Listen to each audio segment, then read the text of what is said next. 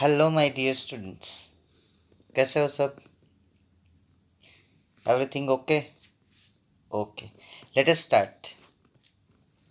C, as we discussed earlier regarding periodic table, so in that periodic table two conclusions are most important. As we move in any period left to right, मतलब कि periodic table में यहाँ से ऐसे left to right हम travelling करेंगे, तो as atomic number increases metallic character decreases, non-metallic character increases. What does it mean? In periodic table, suppose we discuss about the third period, then sodium is a metal and last one is inert gas is non-metal. Okay, so group number 17, group number 1. Group number 1 are the strong metal, group number 17 are strong non-metal, extreme non-metal.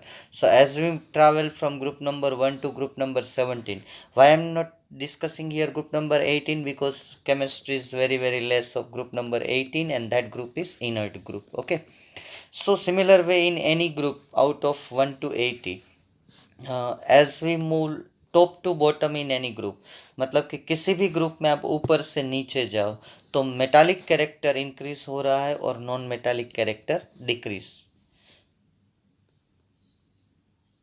Is it clear? Metallic character down the group increase होगा, non metallic character decrease होगा. मतलब कि ये arrow ऐसे लगाना है. ठीक है, ये गलत है, इसको करेक्ट कर लेना, ऐसे करना है. ओके, अब यहाँ पे इंक्रीज डिक्रीज बहुत लंबे वर्ड है, तो डिक्रीज के लिए हम ये साइन यूज करेंगे, ये वैलिड है.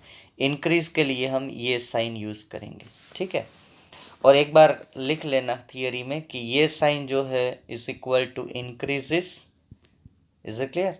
And down side arrow increase is called that decreases. Okay, so based on these two things, we can solve this problem number 3.4.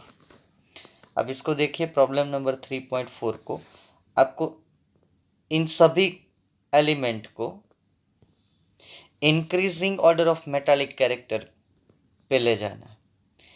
तो आप देखेंगे कि ये फॉस्फोरस जो है वो तो लास्ट में आता है ग्रुप नंबर 15 में, तो ये नॉन मेटल है P. इसके बाद अगर ये देखें, ये उसके बाद ये सिलिकॉन है. सिलिकॉन जो है ग्रुप नंबर 14 में आता है, तो बाद में आएगा सिलिकॉन. इसके बाद बेरिलियम और मैग्नीशियम ग्रुप में ऐसे है, सेकंड नंबर के ग्रुप में बेरिलियम मैग्नीशियम. ठीक है, तो down the group metallic character increases, non metallic character decreases. मतलब कि बेरिलियम लेस है, मैग्नीशियम से ज़्यादा है, और ये पहले ग्रुप का सोडियम तो सबसे ज़्यादा मेटालिक है, क्योंकि इधर से इधर आओगे ये तो पीरियड में लेफ्ट टू राइट ट्रैवलिंग हुआ, सोडियम टू फॉस्फोरस. ये बेरिलियम मैग्नीशियम मैंने कैसे किया? ग्रुप का कंसेप्ट लगाया. तो ये दो कंसेप्ट से आप, ये आंसर है आपका, phosphorus less than silicon, less than beryllium, less than magnesium and less than sodium. So according to the periodic concept, you can arrange element either in an increasing order of metallic character or decreasing order of metallic character. increasing order मतलब non metal से आपको metal की तरफ जाना है. ठीक है, तो जो पीरियड में लेफ्ट होता है, एक्सट्रीम लेफ्ट, तो नॉन मेटल ही होगा. जैसे जैसे आप राइट साइड आओगे तो मेटालिक कैरेक्टर बढ़ता जाएगा. तो ये ऊपर वाले जो दो कंसेप्ट है उसका मैंने यूज करके ये अरेंज किया है. Is it clear? अब जो अभी तक आपने पीरियोडिक टेबल के बारे में पढ़ा है, group electronic configuration, period electronic configuration, है ना, and in second chapter how to write electronic configuration. So ये नॉलेज को अब अप्लाई करने का टाइम आ गया है. तो आपको पूछा जाएगा एग्जाम में कि आपको जो इन्फॉर्मेशन दी है उसके हिसाब से आपको एलिमेंट का पीरियड बताना है, ग्रुप बताना है, ब्लॉक बताना है. तो ब्लॉक की डेफिनेशन, ग्रुप कौन सा है उसके आइडिया में दे रहा हूं. तो फर्स्ट ऑफ ऑल पहली हमारी रिक्वायरमेंट है right the electronic configuration of that element. पहला काम आप क्या करेंगे, आप ये पहला रूल लिख लेना, ठीक है। जब भी ज़रूरत पड़े तो बाद में हम कुछ प्रॉब्लम सॉल्व करते हैं। First you have to write electronic configuration.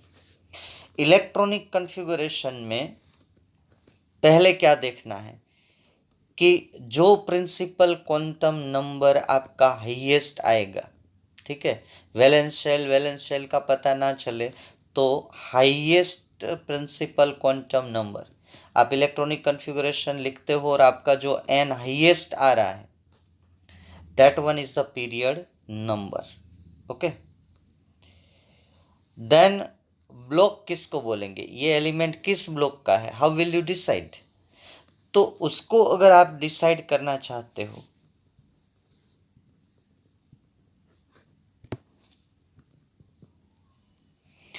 तो कैसे करेंगे, ब्लॉक में लास्ट इलेक्ट्रॉन कहाँ पे एंटर हो रहा है, block of the element is corresponding to which receive the last electron.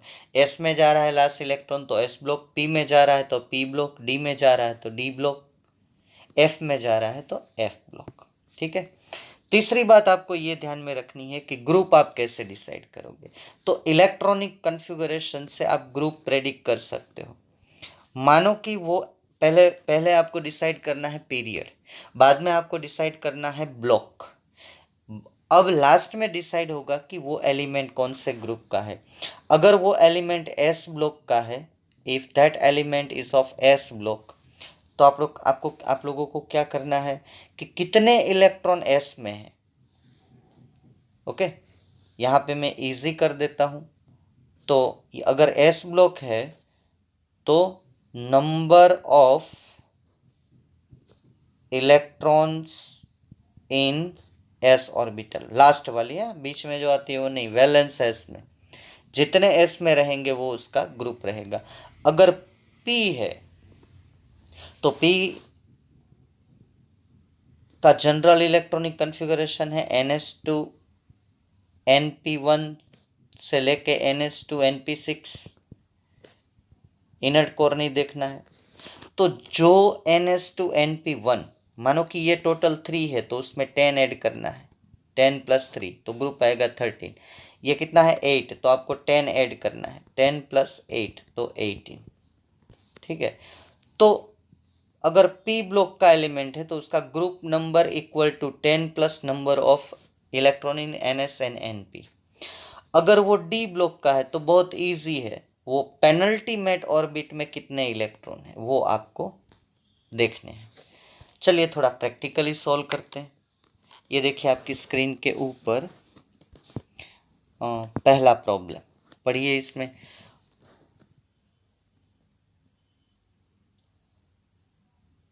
ये जो कंसेप्ट है अभी, ये एग्जाम्पल 1 वो तो हम लोगों ने सॉल्व कर लिया है, ठीक है, वो तो पुराना कंसेप्ट है हमारा, है ना। ये 120 अगर एटॉमिक नंबर है तो इसका IUPAC टेम्पररी नेम और सिंबल क्या होगा। तो चलिए सेकंड में देखिए, सेकंड प्रॉब्लम क्या दिखाता है हमें, how would you justify the presence of 18 elements in fifth period. ठीक है, तो आपको कैसे पता चलेगा कि फिफ्थ पीरियड में 18 एलिमेंट्स, ठीक है। तो उसका हाईएस्ट प्रिंसिपल क्वांटम नंबर क्या है फिफ्थ पीरियड का, n is equal to 5, n is equal to 5 है तो कौन कौन सी ऑर्बिट उसमें फिफ्थ पीरियड में, लास्ट वैलेंस ऑर्बिट कौन कौन से आएगी। आप फिफ्थ पीरियड में जरा इलेक्ट्रॉनिक कॉन्फ़िगरेशन देख लीजिए या तो आप नोट कर लो लास्ट में कौन कौन सी ऑर्बिट आएगी। तो फिफ्थ पीरियड में वैलेंस ऑर्बिट आएगी 4d 5s एंड 5p, ठीक है। These are the available orbit in a fifth period, n is equal to 5। तो अब इसके टोटल लगा लो, d में कितने 10, s में कितने 2 12 और p में कितने 6। तो अगर ये फुल भर जाती है, एस पी है ना, 5s 5p लास्ट होता है, यहाँ से चालू होता है, देखो फर्स्ट ग्रुप से चालू होता है और बाद में बीच में डी सीरीज आती है, तो हमको ये भी पता चलना चाहिए कि n इज इक्वल टू 5 जो है वो 4D सीरीज है ट्रांजिशन, तो एक तो 4D है, बाद में p ब्लॉक आता है तो फिफ्थ है, तो 5 s and 5p last orbit होती है, तो ये 3 तो आपको मिल गई। ठीक है, तो इसमें 10 भर लो, इसमें 2 भर लो, इसमें 6 भर लो, तो हमें पता चल गया कि क्योंकि एक एलिमेंट आप लेफ्ट साइड जाते हो तो एक इलेक्ट्रॉन एंटर होता है, तो ये टोटल 18 इलेक्ट्रॉन हमको भरना है। Is it clear? After completion of fourth period, तो इससे हम या तो आपको पीरियड वाइज से याद रखना होगा, अगर आप नहीं कर पाते हो कि फिफ्थ में इतनी जो है वो आउटर ऑर्बिटल है 4D 5s 5p, और उसका टोटल लगाएंगे तो 18 आएगा, तो 18 एलिमेंट्स रहेंगे। अब हमारा जो कंसेप्ट है कौन से पीरियड कौन से ग्रुप, अब देखिए z is equal to element z is equal to 107 108 and 109। Okay, तो इसका ग्रुप बताइए और इसका सब कुछ, मतलब कि ब्लॉक पीरियड। तो पहले आपको काम ये करना है कि अकॉर्डिंग टू आउटबाउ एनर्जी लेवल ये 107 108 एंड 109 इलेक्ट्रॉन आपको फील करने हैं। टाइम को बचाने के लिए ये सीधा मैं आपको दिखा रहा हूँ, ये इसके इलेक्ट्रॉनिक कॉन्फ़िगरेशन है, कॉपी पेस्ट मत करना, ये कॉम्पिटिटिव बहुत ही important topic. This one is very most important in G exam, in NEET exam. You are asked identify this element in lies in which period, which block and which group. तो अब देखिए यहाँ पे, तो ये 107 में लास्ट इलेक्ट्रॉन कहाँ enter हो रहा है? 5f 6d 7s। ठीक है, इसमें 5f14 कंप्लीटली फिल्ड है। कंप्लीटली फिल्ड आपको नहीं देखनी है, ये देखिए यहाँ कंप्लीटली फिल्ड है, ये पहले फिल हो जाती है। S2 ये भी पहले फिल्ड हो जाती है। अब जो इनकम्प्लीट है उसको देखो, तो मतलब ये हुआ ये इनकम्प्लीट है डी वाली, तो मतलब कि जो लास्ट इलेक्ट्रॉन है वो डी में एंटर हुआ है। ठीक है, ये तो रेडीमेड है, you have to write the electronic configuration, fill 107 electrons, 108 and 109, then it will be clearly where it will be clear that where last electron enter, कौन सा ऑर्डर जो मैंने ऑर्डर दिया है 122 33 एक स्टोरी बोल के, उस ऑर्डर में आप भरते जाइए पूरा और टोटल लगाते जाइए, जहाँ 107 कंप्लीट हो जाए वहाँ रुक जाइए, तो लास्ट इलेक्ट्रॉन सभी में डी में एंटर होंगे। तो ये सब एलिमेंट जो है वो डी ब्लॉक एलिमेंट। अब आपको इसका पीरियड डिसाइड करना हो तो कि कौन से पीरियड में, तो हाईएस्ट प्रिंसिपल क्वांटम नंबर इसका क्या है? 7। तो इस सभी का जो पीरियड है वो 7 नंबर के पीरियड में ही, all elements lies in a period number 7। और एक बात कि इसका ग्रुप अगर आपको डिसाइड करना है तो डी में कितने इलेक्ट्रॉन है ना, ये रहा डी ब्लॉक एलिमेंट का ग्रुप डिसाइड करना है, तो आप डी में कितने इलेक्ट्रॉन है और एस में कितने इलेक्ट्रॉन है, number of electron in D and S, उसका टोटल लगा लो। तो यहाँ डी में कितना है? 5 और 2, तो ये 7th ग्रुप में आएगा। ये 6 और 2, ये 8th ग्रुप का एलिमेंट है। ये 7 + 2 9th ग्रुप का एलिमेंट है। हो गया? तो ये 3 फॉर्मूले हैं। अगर एस ब्लॉक का है तो लास्ट एस के इलेक्ट्रॉन टोटल, पी ब्लॉक का है तो जो एन एस और एन पी में जितने हैं उसमें 10 ऐड कर दो। और ये शॉर्टकट में दे रहा हूँ, वरना तो बहुत आपकी आप this already asked in our book, but how to decide is not given in our book. आप शाम तक करेंगे तो भी नहीं होगा। हाँ, हो सकता है इजीली इससे भी, अगर पीरियोडिक टेबल सामने रखो तो ये गलत बात हुई ना, पीरियोडिक टेबल तो एग्जाम में थोड़ी ही आपके साथ रहेगा, बिल्कुल नहीं रहेगा। तो ध्यान दीजिएगा, ये सब इंपॉर्टेंट पॉइंट करके नोट कर लीजिएगा। ठीक है, अब हम लोग सॉल्व करेंगे question number 4। So see here question number 4, पहले पढ़िए। you are given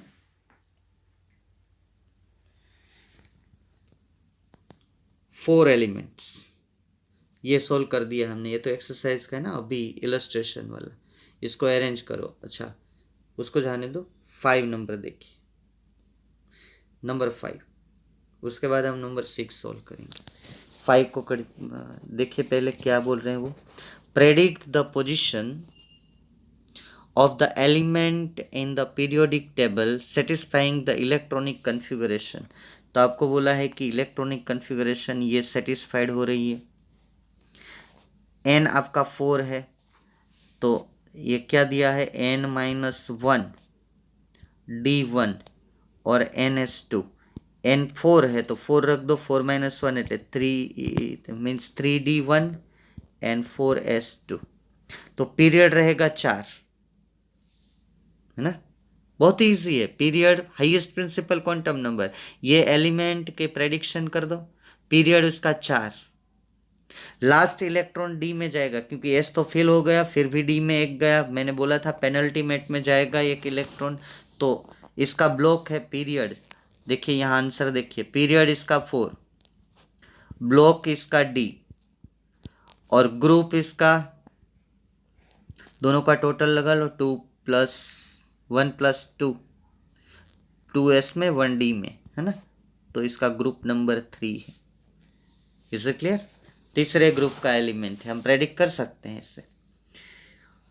और एक एग्जाम्पल है यहाँ आपकी स्क्रीन के ऊपर, एग्जाम्पल नंबर 6। आपको 4 एलिमेंट दिए हैं, कितने दिए,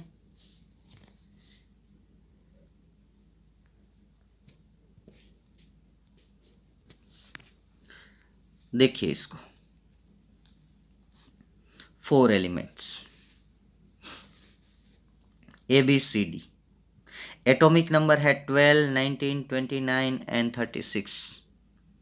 तो वही काम करना है आपको, इसका ग्रुप बताओ, पीरियड बताओ, ब्लॉक बताओ।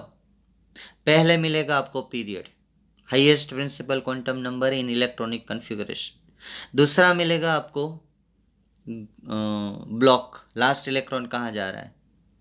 थर्ड मिलेगा आपको ग्रुप, जो ग्रुप के फॉर्मूला एस, मतलब एस ग्रुप का होगा तो टोटल लास्ट इलेक्ट्रॉन एस में जाएगा, तो एस ब्लॉक आप डिसाइड करेंगे, तो एस में ग्रुप डिसाइड करेंगे number of electron in S, P में 10 plus number of electron in N S and N P, और डी में total of D N S, last valence orbit वाला total मारना है, ठीक है।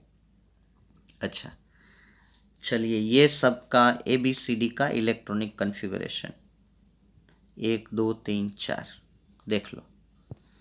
अब देखो इसमें लास्ट इलेक्ट्रॉन कहाँ गया, एस में, 3s2 ना, एवरीथिंग कंप्लीटेड। ध्यान से देखो 2p6 कंप्लीट है, लेकिन 3s ऑल्सो कंप्लीट है, तो अब इनकम्प्लीट तो कोई नहीं है, तो लास्ट वाली ही देखनी है। तो हाईएस्ट प्रिंसिपल क्वांटम नंबर 3 है, तो मैं आपको बताऊंगा कि ये पीरियड तीसरे। सब आंसर एक साथ लिखो, ऐसे मत लिखना, सब आंसर एक साथ। ए एलिमेंट का पूरा आप लिख लो, ए एलिमेंट का पीरियड 3, एस में कितने इलेक्ट्रॉन, 2, लास्ट इलेक्ट्रॉन एस में एंटर हुआ तो एस ब्लॉक, और 2 इलेक्ट्रॉन टोटल है तो ग्रुप नंबर 2। दूसरा देखिए ये, तो यहाँ पे एस इनकम्प्लीट है, लास्ट इलेक्ट्रॉन कहाँ एंटर हुआ, एस में, हाईएस्ट प्रिंसिपल क्वांटम नंबर कितना है, 4, तो पीरियड नंबर क्या हुआ इसका, 4, group number, total electron in S, block decided S, okay. Third देखिए 29 नंबर, 29 नंबर में ये कॉपर है, एक्सेप्शन है, आपको आपको गुमराह करने के लिए दिया है। एक्चुअली इसका इलेक्ट्रॉनिक कन्फिगरेशन आता है 3d9 4s2 ना, but practically it will be 3d10 4s1। आप कॉपर को देखिए, ये कॉपर का इलेक्ट्रॉनिक कन्फिगरेशन है 29, ठीक है। तो लास्ट इलेक्ट्रॉन कहाँ एंटर हुआ, डी में, हालांकि एस इनकम्प्लीट है, लेकिन आपको सोचना है कि एक्सेप्शन है, तो डी में एंटर हुआ लास्ट इलेक्ट्रॉन, तो ये डी ब्लॉक का एलिमेंट है C, the block of element is D, period highest principal quantum number is 4, तो इसका पीरियड रहेगा 4। अब ये कौन से ग्रुप का है, तो डी और एस का टोटल लगा लो, 10 + 1 11, तो ग्रुप नंबर 11। अब लास्ट वाला देख लो 36। अब देखिए यहाँ पे NH2 NP6 है, 36 लास्ट, दोनों दोनों कंप्लीट है, दोनों कंप्लीट है माय डियर फ्रेंड्स। ये हमारी बुक में नहीं है, आपको प्रैक्टिस के लिए मैंने दिया है ताकि आपको सही से पता चले। ये दोनों लास्ट इलेक्ट्रॉन पी में एंटर हुआ है। अगर आपको यहाँ रेडीमेड दे रहा हूँ नहीं पता चलता है तो 36 आपको फिल करने हैं in the energy level order of orbitals, ठीक है, आपको पता चल जाएगा। तो यहाँ लास्ट इलेक्ट्रॉन पी में एंटर हुआ है, तो ये डी जो है वो पी ब्लॉक का एलिमेंट है, ए मैंने बताया एस ब्लॉक का एलिमेंट है, बी मैंने बताया एस ब्लॉक का एलिमेंट है, सी मैंने बताया डी ब्लॉक का एलिमेंट है। ए का मैंने पीरियड बताया 3, बी का पीरियड बताया 4 ना, बी का पीरियड 4, सी का भी पीरियड 4, और ये लास्ट वाला इसका भी पीरियड 4। देखिए हाईएस्ट 4 है तो पीरियड नंबर 4। अब ग्रुप इसका ये टोटल लगा लो तो 8, ये डी का, और उसमें 10 ऐड कर दो, मतलब कि उसका ग्रुप नंबर आएगा 18। ठीक है, ये पूरा सिस्टमेटिकली आपको लिख लेना है ताकि, तो अभी तक जो आपने ये real knowledge of the periodic table है कि by electronic configuration if you are given unknown element then you can predict the element lies in which block which period. ठीक है, तो उसके लिए हमारी बुक में कोई क्लूज नहीं दी गई है, इसलिए मैंने आपको पहले ये लिख लेना है, prediction of period group and block in an element. तो 1 2 और 3 रूल है, और तीसरा जो ग्रुप वाला रूल है उसका भी 3 जो है, एस ब्लॉक में तो क्या करना है, पी में हो तो क्या करना है, और डी में हो तो क्या करना है। अब टेंशन मतलब, मैं इसकी वो PDF भी आपको भेजूंगा, ठीक है। तो ये सॉल्यूशन है पूरा, देखिए ये सबका है ना, ये ऐसे सॉल्यूशन ये रहा, ABCD सबका सॉल्यूशन। अब ये एक question based on the information of periodic table, तो वो भी देख लेते हैं, हमारा टेक्स्ट बुक का इलस्ट्रेशन। एटॉमिक नंबर है 117 एंड 120, अभी तक डिस्कवर्ड नहीं हुए, तो आपको बताना है कि ये कौन सी फैमिली का है, ठीक है, कौन से ग्रुप का है। Is it clear? तो पहले क्या चाहिए, first you require the electronic configuration. लिख लो इलेक्ट्रॉनिक कॉन्फ़िगरेशन 117 की, 117 इलेक्ट्रॉनिक कॉन्फ़िगरेशन, दो है ना, 117 एंड 120। तो ये 117, ओके।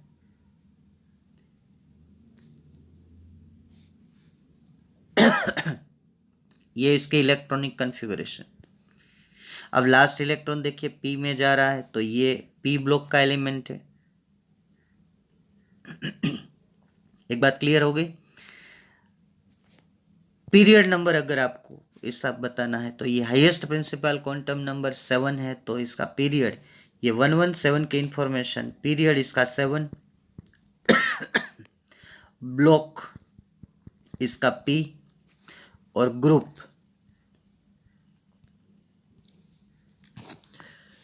तो यहाँ पे S और P का टोटल लगा लो 7, उसमें 10 ऐड कर दो, तो इसका ग्रुप नंबर 17 वो हेलोजन वाला ग्रुप रहेगा, ठीक है।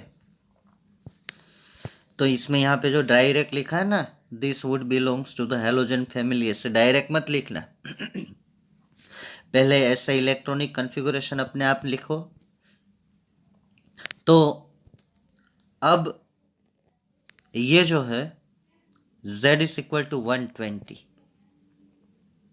तो 120 का पूरा आप इलेक्ट्रॉनिक कॉन्फ़िगरेशन लिखो, क्योंकि 118 तक तो हम भर सकते हैं, 120 हम नहीं भर सकते, ठीक है। तो आपको थोड़ा आइडिया दिया है कि ये पीरियोडिक टेबल फाइनल नहीं है। कल जाके किसी ने 119 एलिमेंट फाइंड कर लिया, 120 121, तो पीरियड बन सकता है 8, इसके नीचे पीरियड बन सकता है। तो अगर इलेक्ट्रॉनिक कन्फिगरेशन इसका 120 है। ये बहुत ही मोस्ट इम्पोर्टेंट है क्योंकि अभी तक पीरियोडिक टेबल में 118 एलिमेंट है। यहाँ पे हमको थोड़ा ब्रॉड सोचने को बोला है कि अगर कल जाके 120 अगर सर्च हुआ तो वहाँ कहाँ हम डालेंगे। ठीक है, तो आप उसके इलेक्ट्रॉनिक कन्फिगरेशन लिखो और that electronic configuration will be UUO, क्योंकि ये 119 भी अभी तक सर्च नहीं हुआ तो हमको UUO ही लिखना होगा और 2 इलेक्ट्रॉन S में जाएंगे। ठीक है, यहाँ तक तो हम जाते नहीं हैं, हम लास्ट इलेक्ट्रॉन फिल करते हैं 118। तो ये थोड़ा आप याद रख लेना 120 और इसकी इलेक्ट्रॉनिक कन्फिगरेशन ये होती है। ठीक है, इज इट क्लियर? ये भी बहुत बढ़िया कॉम्पिटिटिव क्वेश्चन है। हालांकि एलिमेंट तो पीरियोडिक टेबल के में ही आते हैं, लेकिन ये आपको थोड़ा एक्स्ट्रा ऑर्डिनरी दिया है कि ऐसा कोई एलिमेंट है ही नहीं। अभी तो पीरियड 7 ओनली, 7 इनकम्प्लीटेड आज की डेट में कंप्लीट है। अगर कल जाके 120 119 120 121 अगर मिले तो इलेक्ट्रॉनिक कन्फिगरेशन हमें एक्सपांड करनी पड़ेगी। तो ये एक एक्सपांड की है तो इसका भी आप लास्ट इलेक्ट्रॉन S में जा रहा है तो ये S ब्लॉक का एलिमेंट होगा। ठीक है, टोटल 2 इलेक्ट्रॉन है तो सेकंड ग्रुप होगा। हाईएस्ट प्रिंसिपल क्वांटम नंबर 8 है तो इसका पीरियड 8 होगा। ओके, तो ये कुछ मुझे बताना था आपको। Now the very most important part of our chapter is starting and that is the periodic trends.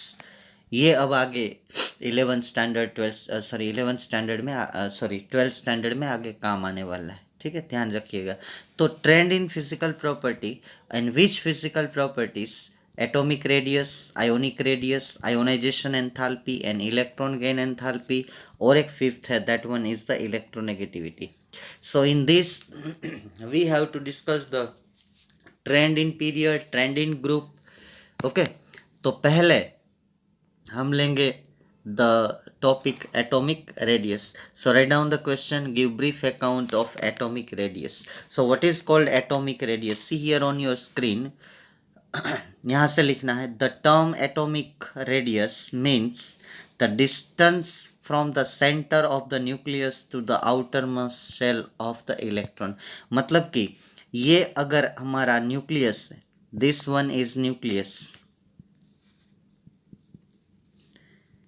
Okay,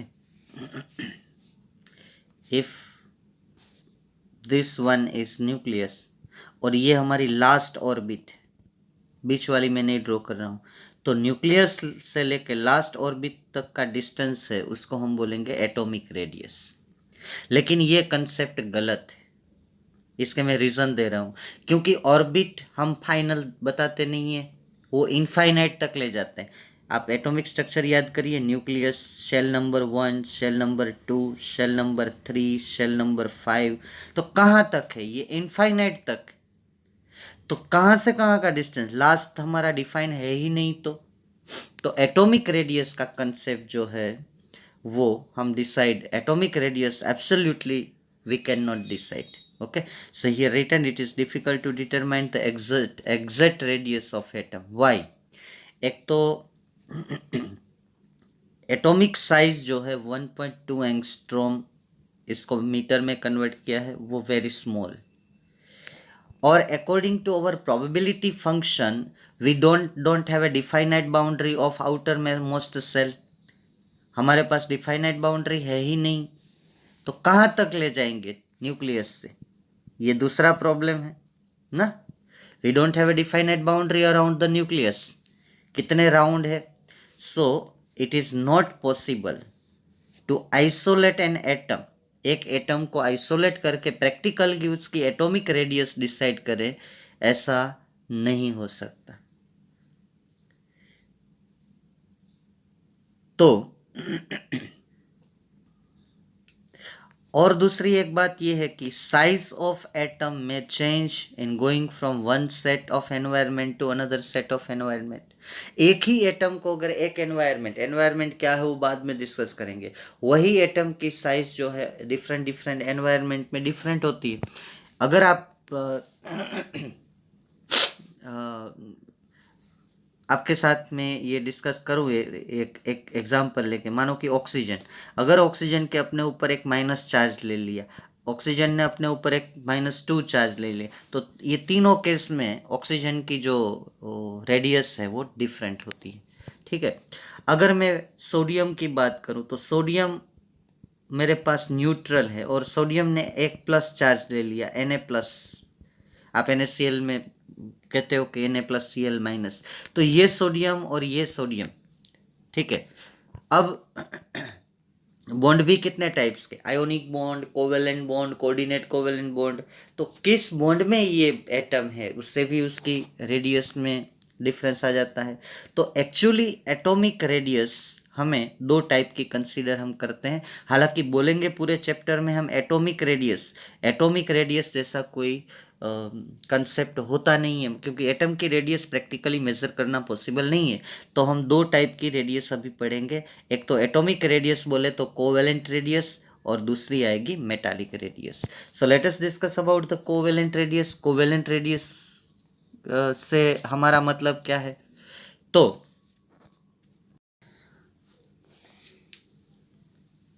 covalent radius is nothing but the half of the distance between the nuclei of two covalently bonded atoms in the same element in a molecule।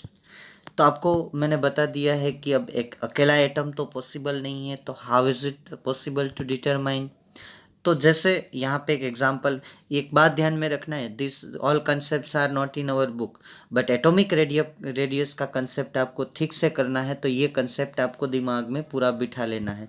जैसे कि कोई hydrogen है तो hydrogen exist as a H2, oxygen exist as a O2, chlorine exist as a Cl2, sodium अगर metal है तो अब इसके बाद में मेटालिक रेडियस के बारे में बोलूँगा कि इसमें कैसे होता है।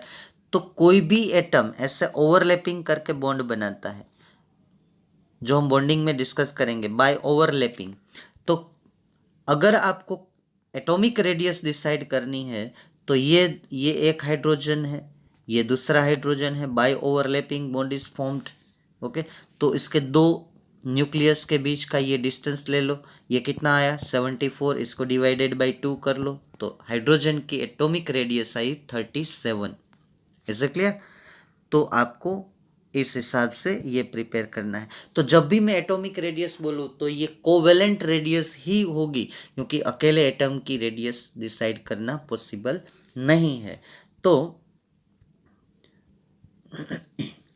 ऐसे कोई भी एटम का आप एग्जाम्पल यहाँ पे ले सकते हो। ठीक है, ये देखिए, आप क्लोरीन का ले लो तो क्लोरीन में भी ऐसे ओवरलैपिंग होगा, ये डिस्टेंस डिसाइड कर लो, डिवाइड बाय 2 कर लो। तो एक एग्जाम्पल हाइड्रोजन का लिख लेना, तो आपको पता चल जाएगा कि एटॉमिक रेडियस एब्सोल्यूट मेजर करना पॉसिबल नहीं है, क्योंकि उसकी बाहर की बाउंड्री डिफाइनाइट नहीं है। पूरे सेकंड चैप्टर में हमने कहीं नहीं बोला कि ये लास्ट वाला शेल जो है वो 6-7, हाँ हम चाहते हैं मैक्सिमम 7 तक, लेकिन वो कहाँ एंड होगा वो हमें पता नहीं है। अब मेटालिक रेडियस के बारे में अगर बात करें तो मेटल का जो है वो स्ट्रक्चर ऐसे होता है, in metal all atoms are closely packing adjacent side. तो ये जो है वो मेटालिक रेडियस का कंसेप्ट है।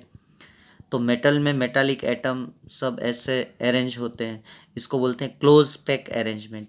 तो अगर एक एटम की हमें एटॉमिक रेडियस निकालनी है तो हम क्या करेंगे, मानो कि कॉपर का मेटल ले लिया, तो ये एक एटम और इसके बाजू वाला दूसरा एटम कंसीडर करेंगे, दोनों के न्यूक्लियस के बीच का डिस्टेंस मेजर करेंगे।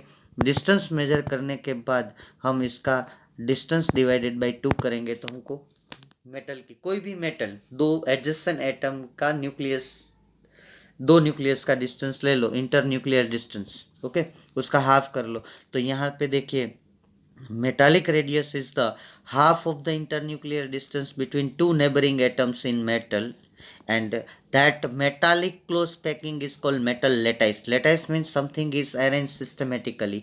Okay, जैसे कि कॉपर के दो, मैंने बोला कि कॉपर के ले लो दो, ये बाजू बाजू वाले एटम कॉपर क्रिस्टल में, ये न्यूक्लियस है, इसका डिस्टेंस है 256 पिकोमीटर, तो उसका आधा कर लो तो 128। तो हम बोलेंगे कि ये आधा 128, तो एक कॉपर की जो मेटालिक रेडियस है वो 128 पिकोमीटर आएगी।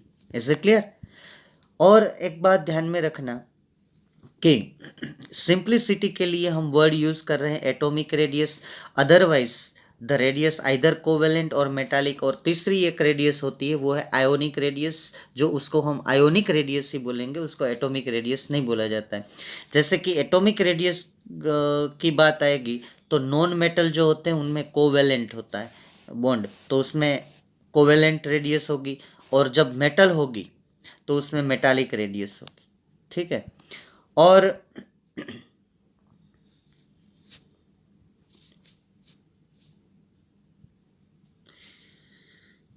दूसरी बात मैं बोलूं आपको कि ये सभी रेडियस एटम की रेडियस से तो कम ही आएगी। मानो कि ये एटम है, एटम की बाउंड्री तो स्पेसिफाई है नहीं, तो यहाँ से हम इनफाइनाइट तक जा सकते हैं या तो आर्बिटरीली कुछ, तो ये रेडियस तो बड़ी ही आएगी।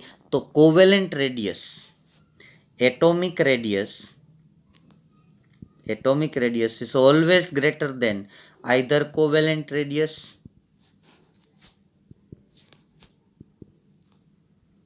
atomic radius is greater than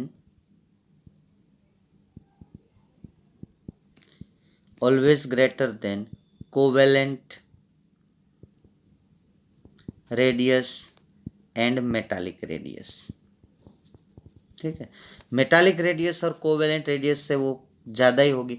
अब मेरी बात आती है कि कोवेलेंट और मेटालिक उसमें कौन सी ज़्यादा होगी। तो देखिए कोवेलेंट ऐसे फॉर्म हो रही है तो ये डिस्टेंस, और मेटालिक ऐसे फॉर्म हो रही है तो ये डिस्टेंस, तो ये डिस्टेंस ऑब्वियसली ज़्यादा होगा। तो metallic radius always greater than the covalent radius, तो मेटल में ज़्यादा ही होगी कोवेलेंट से, क्योंकि कोवेलेंट में तो ओवरलैप हो रहा है। ओके, तो ये इतना मुझे समझाना था जो हमारी टेक्स्ट बुक में बिल्कुल दिया नहीं है, या तो कहीं पे एक दो सेंटेंस में दिया है, तो आपको ये पूरा समझ के लिख लेना है। और ये आपको ये जो है यूज़फुल होगा किस चैप्टर में, chemical bonding and molecular structure में। उसमें मैं फिर से ये रिकॉल करूँगा, तब आपको इजीली समझ में आ जाएगा। अब जो मेरा मेन पार्ट है, मुझे एक्चुअली स्टार्ट यहाँ से करना था कि variation in atomic ready in periodic table, ये हमारी बुक में डिस्क्राइब करके दिया है, लेकिन कहीं कहीं एक दो सेंटेंस में दिया है, लेकिन ये समझाना ज़रूरी था, तभी आपको ये पूरा कंसेप्ट दिमाग में आएगा। अब मुझे ट्रेंड बताना है कि पीरियड में और ग्रुप में ट्रेंड क्या होता है, किसका, एटॉमिक रेडियस का। 5 प्रॉपर्टी को लेके जाना है मुझे। इसके बाद आएगी आयोनाइजेशन एंथैल्पी। तो ग्रुप पीरियड में ट्रेंड क्या होगा, ये जब सिंपल स्टेटमेंट आएगा, इन एनी पीरियड, किसी भी पीरियड में आप लेफ्ट टू राइट जाएंगे तो क्या होगा कि एटॉमिक नंबर इंक्रीज होगा, नंबर ऑफ प्रोटॉन और number of electron increase by 1। तो जैसे जैसे प्रोटॉन और इलेक्ट्रॉन बढ़ते जाएंगे तो अट्रैक्शन बढ़ता जाएगा प्रोटॉन और इलेक्ट्रॉन के बीच का। जैसे अट्रैक्शन बढ़ता जाएगा तो बाहर वाले इलेक्ट्रॉन भी न्यूक्लियस की तरफ थोड़े खींचेंगे, तो एटॉमिक साइज कम होगी, और एटॉमिक साइज कम होगी तो एटॉमिक रेडियस कम ही होगी।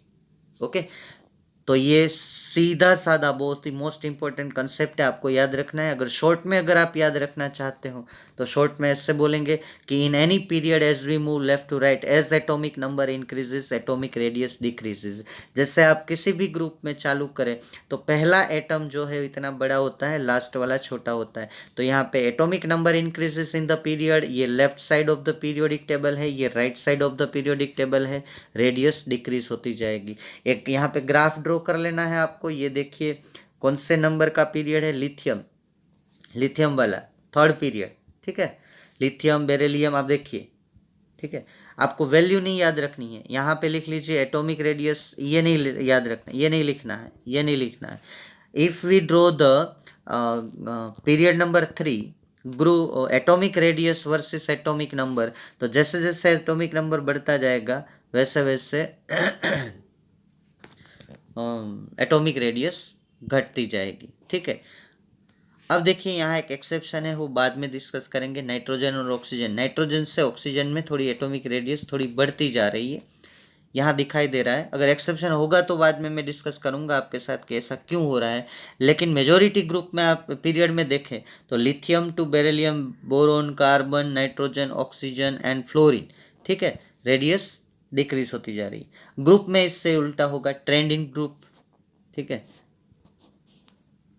ग्रुप में ट्रेंड देखिए, ग्रुप में क्या ट्रेंड है, in any group as we move top to bottom, किसी भी ग्रुप में ऊपर से नीचे आना है, कुछ नहीं है, जैसे आप नीचे आओगे एक शेल बढ़ेगा, period number 1 shell, period number 2 shell, group में तो सीधा 1 to 7 पीरियड तक नीचे आना है, तो प्रिंसिपल क्वांटम नंबर इंक्रीज होगा, स्क्रीनिंग इफेक्ट इंक्रीज होगी और एटम की साइज भी इंक्रीज होगी। एटम की साइज इंक्रीज होगी तो एटम की रेडियस भी इंक्रीज होगी। तो सीधा कंसेप्ट अगर आपको याद रखना है तो डाउन द ग्रुप, किसी भी ग्रुप में as atomic number increases atomic radius increases, मतलब कि कंडीशन ऐसी होगी डाउन द ग्रुप, पहला एटम छोटा होगा, दूसरा बड़ा होगा और लास्ट बड़ा सबसे बड़ा होगा लास्ट, किसी भी ग्रुप में। दो ग्रुप के लिए हम, ये है ग्रुप नंबर 1 और ये है ग्रुप नंबर 17 की रेडियस ग्रुप नंबर 1 से कम होती है क्योंकि ये लेफ्ट टू राइट आती है, ठीक है। तो अब क्या करेंगे, वैल्यू किसी की भी आपको याद नहीं रखनी है, सीधा इसका शेप याद रखना है, ये भी वैल्यू नहीं रखनी है, सिर्फ लिखे atomic radius to atomic number. Group number 1 में देखिए down the group atomic radius increases, ये इंक्रीज हो रही है, और यहाँ पे भी down the group fluorine chlorine bromine iodine increase हो रही है। Is it clear? तो ये ग्राफ ड्रॉ करना है, ये विदाउट वैल्यू, वैल्यू आपको बिल्कुल एक भी याद नहीं रखनी है, वैल्यू निकाल दो, सीधा ऐसे ग्राफ ड्रॉ करो जैसे मैं यहाँ पे ये ड्रॉ कर रहा हूँ। जैसे यहाँ बोलो कि ये एटॉमिक रेडियस है, ये एटॉमिक नंबर है, पहले ऐसे सब डॉट करके एटम लिख लो और दूसरा ऐसे, ठीक है। और ये वाला भी ऐसे ही ड्रॉ करना है आपको, ये जो मैंने दिखाया वो ऐसे आप ड्रॉ करो ऐसे, ये रेडियस और ये एटॉमिक नंबर, ये ऐसे डिक्रीज हो रही है, ठीक है।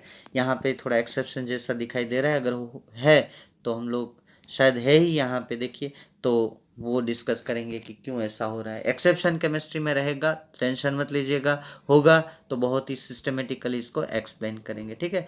तो यहाँ पे मैंने पिक्टोरियल डायग्राम से आपको समझाने की कोशिश की है। तो यहाँ पे एटॉमिक रेडियस के रिलेटेड अगर कोई कंसेप्ट क्वेश्चन है वो नेक्स्ट लेक्चर में सॉल्व करेंगे, और नेक्स्ट ट्रेंड पे हम चले जाएंगे जो आयोनाइजेशन एंथैल्पी का ट्रेंड है। Okay, so till then thank you friends, thank you very much.